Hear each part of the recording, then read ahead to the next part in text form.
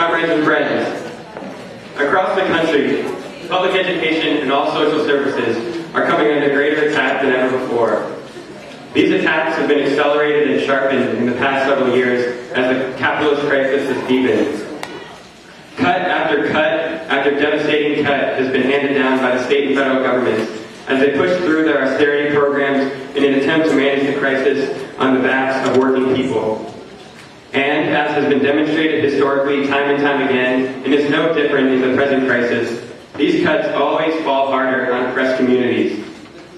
As the crisis has deepened, we've witnessed the rise of racist and reactionary forces and the growth of the corporate-funded Tea Party, which is nothing more than a desperate attempt by the ruling class to sow further divisions among working people and play off the fear and desperation created by the crisis.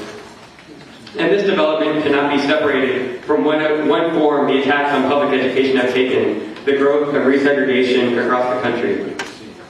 One place that the struggle to stop the racist resegregation attempts in public schools has been in Wake County, North Carolina. In November 2009, a 5-member right-wing voting bloc known as the Resegregationist Five was elected by less than 5% of the voting population to the county's Board of Education. Their campaigns served as an open call for racism, using slogans such as "End Forced Busing," recalling the rhetoric of segregationist and white supremacist Governor George Wallace of Alabama. They vowed to fix all that was wrong with the school system by dismantling the county's busing program and replacing it with what they called neighborhood schools, which is nothing more than a thinly veiled code word for a return to the Jim Crow passive segregation. And this is the rhetoric that's being used across the country in Boston, in Charlotte, and other places around the country where we've seen the rise of resegregation. And the election of the Resegregationist Five in Wake County did not occur inside of a vacuum, but rather can be understood by looking at the broader social forces at work. And as is always the case with bourgeois elections and their illusion of democracy, the Five hold up their election as some sort of mandate, as a genuine expression of the will of the people of Wake County. The reality, however, is that they are merely puppets installed to serve the interests of some of the richest, most reactionary right-wing political forces in North Carolina.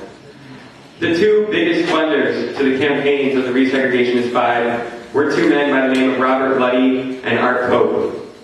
Art Pope is the primary funder of the John and William Pope Foundation and the John W. Pope Civitas Institute, both of which support weakening and defunding public education in favor of charter schools, vouchers, and school choice, the new mantra for privatization.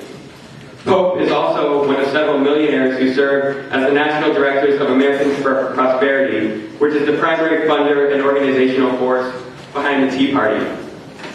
Robert Luddy is the founder of a chain of private schools in Wake County and has stated explicitly his objective to dismantle public education altogether. Using racism as a wedge to divide the solidarity of working people, Pope, Luddy, and other forces of privatization are looking to use this crisis as an opportunity to turn a profit.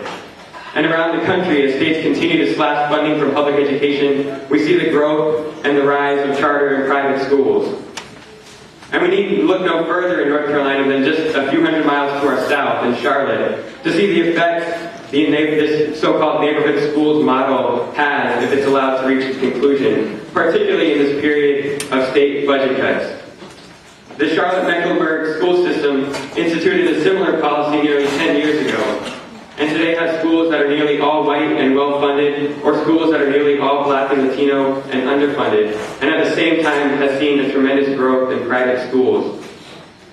Faced now with the $100 million budget cut this coming school year, or $100 million budget shortfall, the system has proposed to close down several schools, and every single school that they've targeted for closure is in the black and Latino community in Charlotte.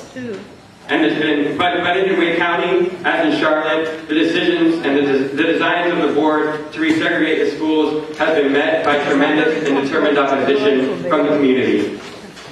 There have been countless organizing meetings to engage and mobilize the community, demonstrations and civil disobedience actions, including a mass demonstration organized by the North Carolina NAACP on July 20th that mobilized more than 1,000 people, mostly African Americans and youth, that culminated in the arrest of 16 people at the school board meeting that day. And in Charlotte, there's a tremendous struggle against the school closures. We actually went down to Charlotte this past Tuesday when the board was slated to take the final vote to close down these schools. And there were marching bands out from these schools. Hundreds of youth, the NAACP mobilized as well. There was a disruption in the meeting. So all around the country, we see that people are not taking this sitting down. People are standing up and fighting back. In Wake County, high school students have also played a decisive role in the struggle, organizing their own demonstrations and actions at their schools and at the school board meetings, including an action on October 7th as part of the National Day of Action to Defend Education that turned out over 100 youth in downtown Raleigh. The challenge to this point has been to help to cultivate organization among high school students, to amplify their voices and move beyond merely spontaneous action. And to that end, they recently formed their own organization called NCP, which now has active chapters organizing and working in different schools around Wake County.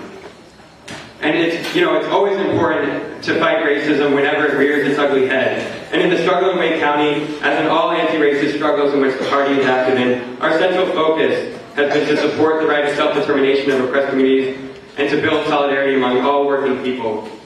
And this will surely be a long and protracted struggle. But if Wake County and Charlotte and Boston and other places around the country where they're trying to push this agenda of resegregation are any indication of the will of people to fight back, then the future looks bright.